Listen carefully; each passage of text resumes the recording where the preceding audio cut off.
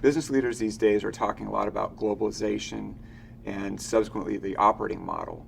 But what are some of the reasons why you think that this is causing a change in how they're approaching the market? Well, I think it all starts with the customer. Like a lot of my clients, their customers are moving around the world. They're changing. They're finding new customers in parts of the world where they didn't do business before, and they need to rethink the way they operate to service those customers. What are some of the effects or things that you're seeing in terms of globalizing the business? Yeah, I mean, it's clearly a strategy for a lot of companies to get closer to the clients, to grow, to go into new markets.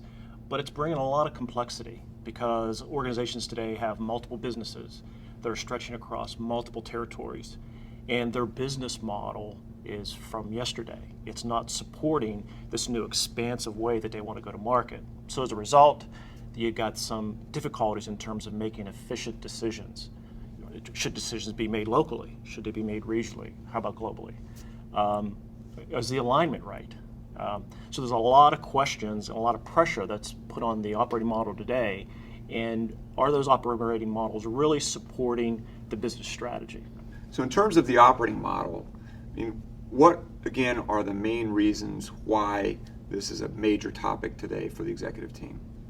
It goes back to the customer. It's really, your customers are always changing. They're moving around the world. That means that you have to change your operations. So it's all about rethinking how am I going to win in the marketplace, and it can have a big impact on you beating the competition. So we're aligning to win with the customer, win in our selective markets, traditionally supply chain, but more. What is the operating model beyond the supply chain? Well, the operating model is what supports the achievement of our business strategy, and it is the structure, the footprint, the processes, the enabling technology that all makes that happen. And it's something that in a lot of cases, for some companies, has not kept pace with the velocity of change that's going on in business. So the notion of really revisiting your operating model and what kind of changes do you need to take place such that you can better achieve your business strategy and add the value that you're looking for is critical. Right. And that operating model really begins at the board level in terms of setting the right context, right. Rolls right into the C-suite in terms of what are we going to go do, how are we going to go do that. So it's tying the business strategy together with the operating model. Right. And then finally it rolls down into the people, whether they're local, regional, or global, in what they do. And it's no longer just a one-dimension play, it's an integrated play that pulls in process, people, technology, and always keeps it focused on the customer and competition. So we mentioned customers as a key driver of operating model change. But there are other factors that management teams are contending with that are really causing them to go back and relook at the operating model.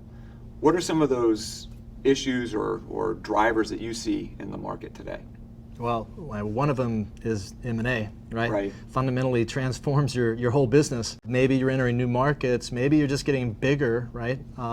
But either way, you've got to rethink the way you're structured so that you're pointed at the customer, right? And you're operating more efficiently.